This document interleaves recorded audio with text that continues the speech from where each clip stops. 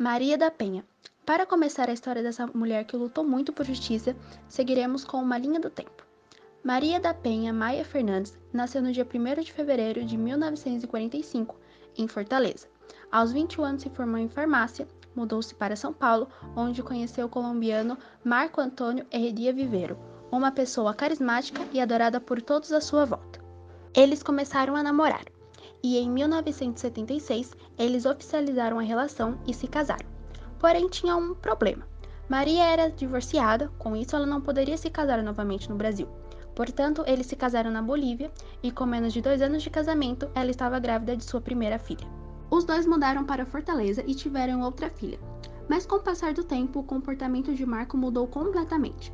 Ele não dava atenção à segurança das filhas, passou a ficar agressivo, se estressar facilmente com as crianças e as castigava se o irritasse. Maria, vendo essa situação, queria o divórcio. Porém, por medo do jeito agressivo do marido e das constantes ameaças, continuou a relação. Sem contar o fato de que ele continuava sendo a mesma pessoa, bondosa e gentil na presença de outras pessoas, o que fazia com que ela se sentisse insegura em relação ao que os outros iriam pensar com o divórcio, sem contar do medo com o futuro das crianças. Ela engravidou pela terceira vez, e em abril de 1983, Marco pediu para Maria assinar um seguro de vida no qual ele seria o beneficiário. Em maio daquele mesmo ano, ele sugeriu que os dois fizessem uma viagem sem as crianças, mas por medo, ela exigiu que as crianças fossem junto. A noite da tragédia. Voltaram da viagem para casa normalmente. Após colocar as crianças para dormir, Maria acordou assustada com o barulho, mas não conseguia se mover. Foi quando ouviu um segundo barulho de tiro e pensou que alguém teria invadido a casa.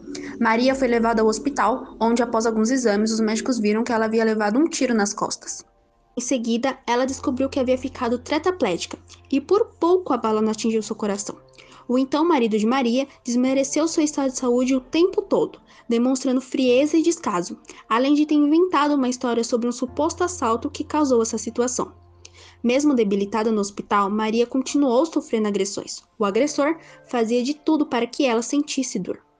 Maria precisou voltar para Brasília para fazer o tratamento. Nesse período, seu então marido a maltratava e era extremamente irresponsável com as crianças. Após voltar para casa, Maria era proibida de ver as próprias filhas na presença dele, receber visitas dos pais sem a supervisão de Marco, e as crianças viviam com um constante terror psicológico sobre os cuidados dele. Certo dia, Marcos ajudou ela a tomar banho, pois ela tinha dificuldades por conta da cadeira de rodas. Porém, ao se molhar, sentiu um choque. Aquilo havia sido uma tentativa de matá-la eletrocutada. Quando ele viajou, Maria e suas filhas se mudaram escondidas para a casa dos pais dela, com uma autorização judicial. Após isso, ele continuou a perseguindo e tentando manter contato. Em 10 de janeiro de 1984, 7 meses após a tentativa de assassinato, ela deu seu primeiro depoimento. Ocorreram vários adiamentos do julgamento. Nessa época, muitos movimentos feministas estavam lutando em apoio a ela, além da pressão colocada pela mídia em cima do caso. Apenas 8 anos após o crime, o julgamento finalmente aconteceu.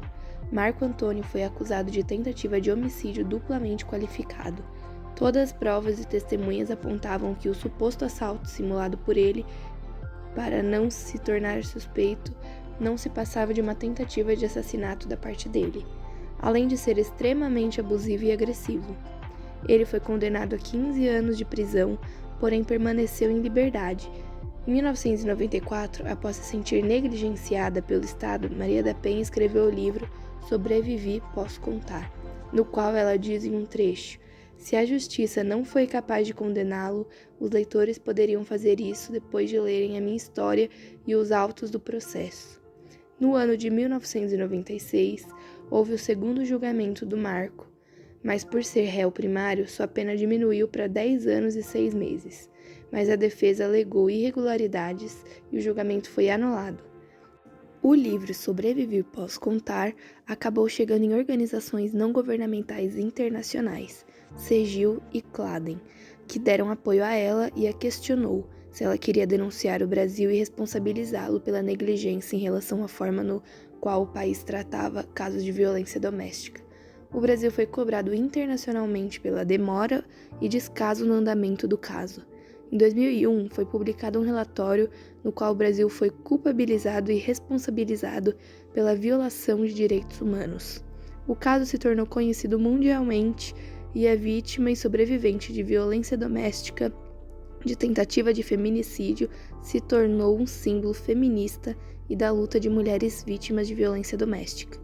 No ano de 2006, foi sancionada a Lei Maria da Penha, número 11.340, que oferece um tratamento mais rigoroso a essas vítimas, com medidas protetivas, como o afastamento do agressor do lar, a proibição de contato, suspensão da posse ou restrição do porte de armas, a transferência da vítima e de seus dependentes a um abrigo especializado ou a inclusão em programa oficial de proteção.